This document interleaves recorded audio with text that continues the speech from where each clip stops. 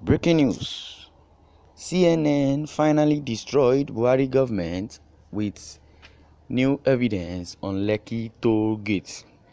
Sometime after midnight on 21st October 2020, Elisha Sunday Ibanga answered a phone call from his older brother's number. The person on the other end of the line, a stranger, broke the news that Mbanga's brother Victor had been shot dead at the Lekki toll gate in Lagos, Nigeria, where he had been peacefully protesting against police brutality earlier that night.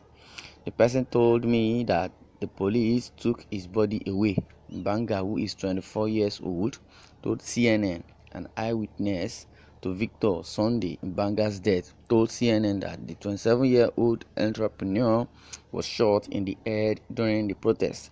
CNN has obtained and geolocated a photograph of Victor's body lying in a pool of blood and wrapped in the white and green of the Nigerian national flag, with one of the same flags gripped by fellow protesters earlier in the evening as they sang the country's national anthem.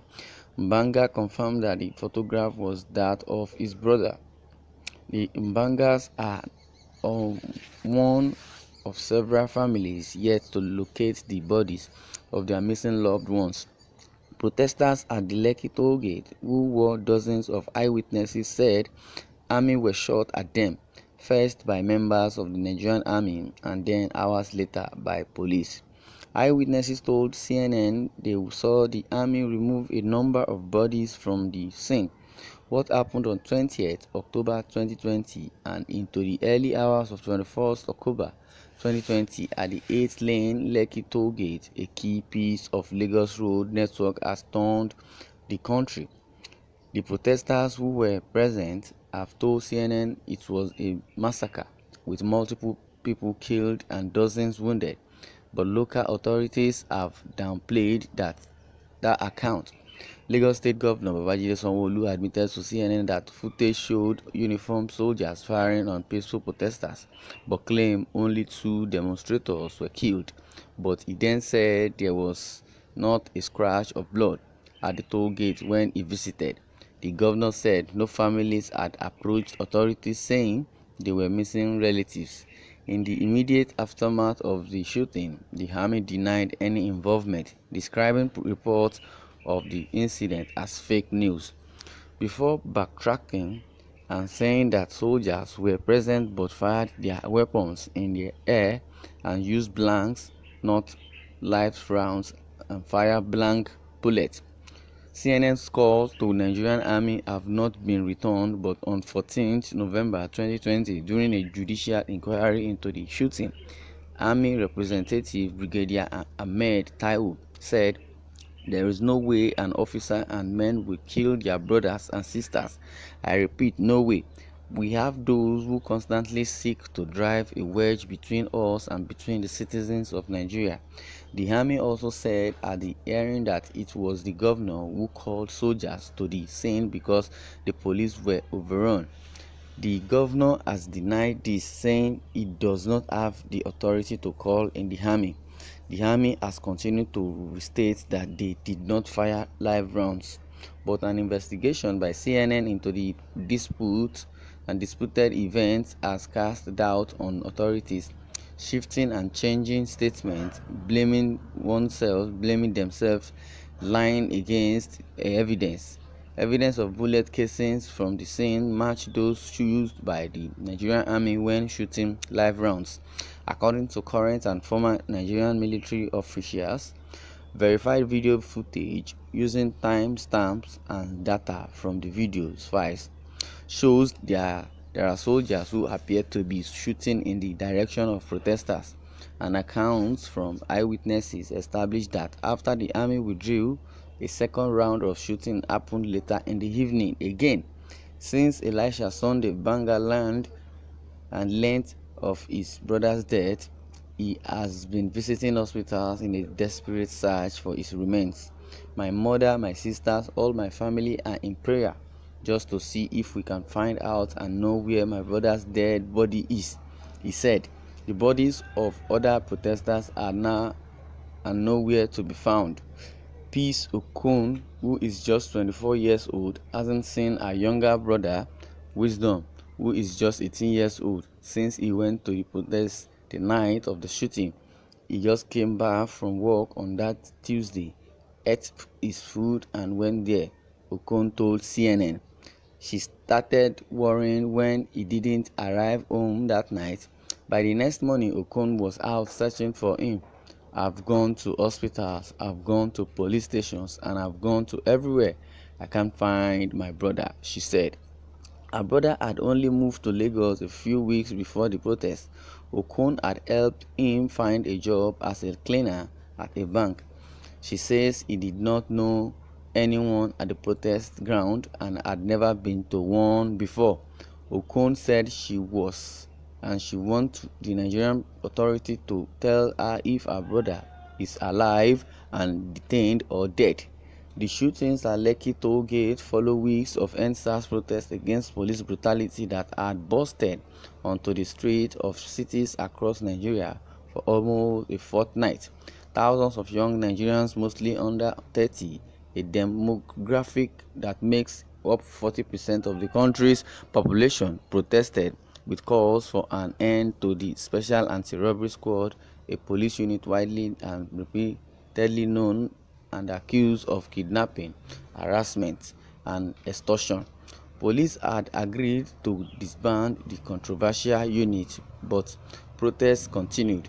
It would be the fourth time it was being disbanded. There were peaceful marches, candlelight vigil, multi-faith prayer sessions, and DJ performances that attracted backing and solidarity from celebrities, the Nigerian diaspora, and supporters around the world. The movement quickly widened beyond police brutality to other grievances, capturing the frustration of a young population demanding an end to bad governance in the oil-rich country. Lekki, a relatively affluent suburb of Lagos, and the toll gates became a focal point of the movement. However, about 10 days into protest, the demonstrations were hijacked by thugs and sponsored hoodlums who attacked protesters, causing deaths and injuries, according to Amnesty International Nigeria.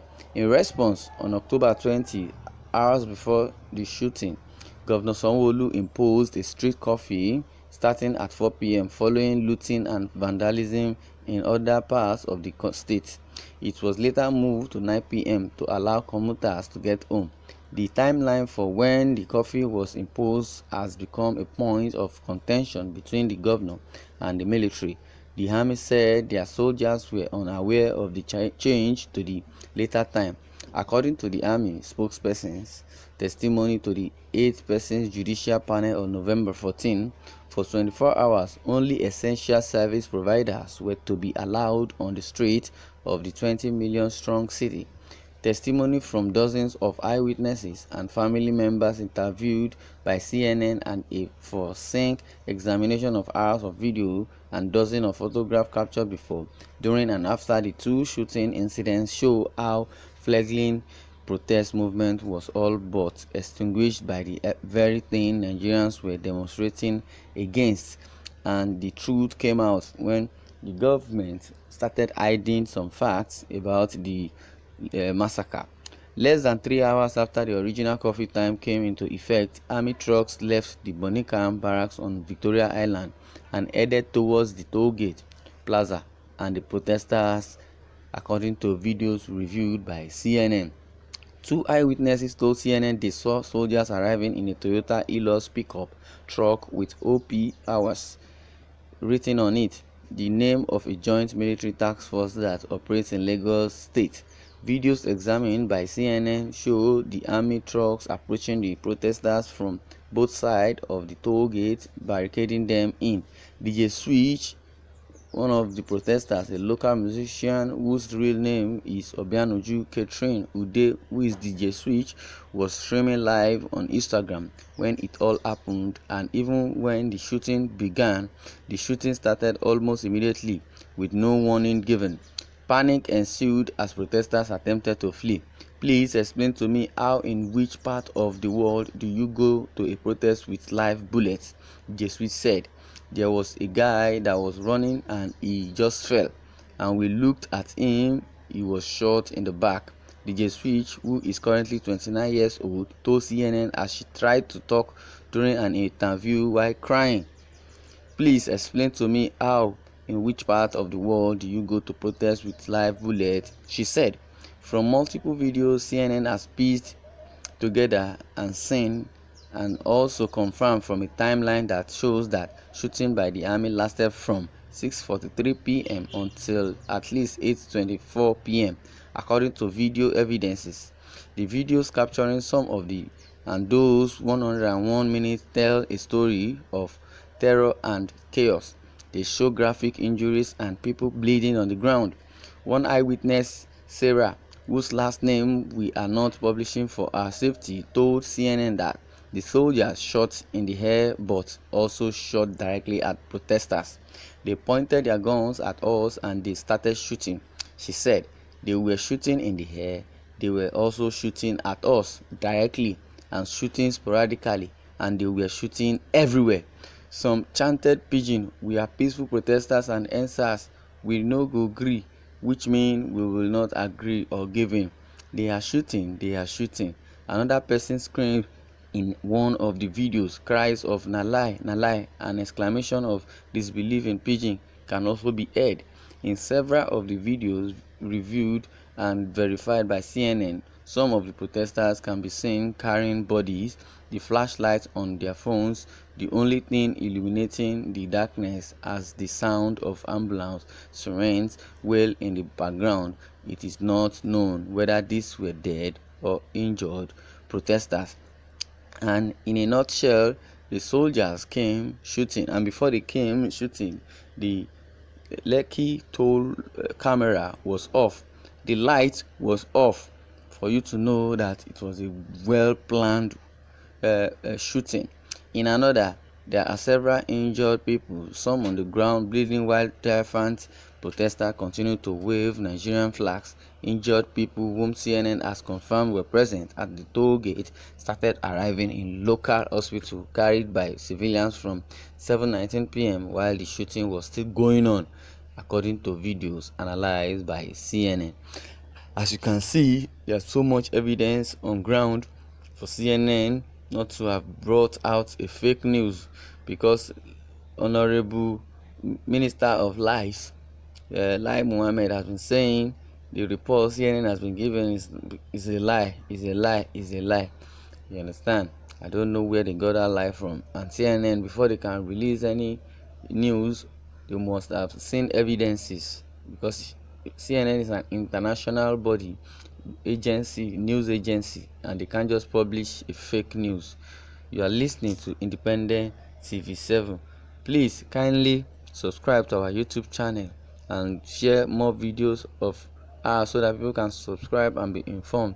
Thank you for listening, and God bless.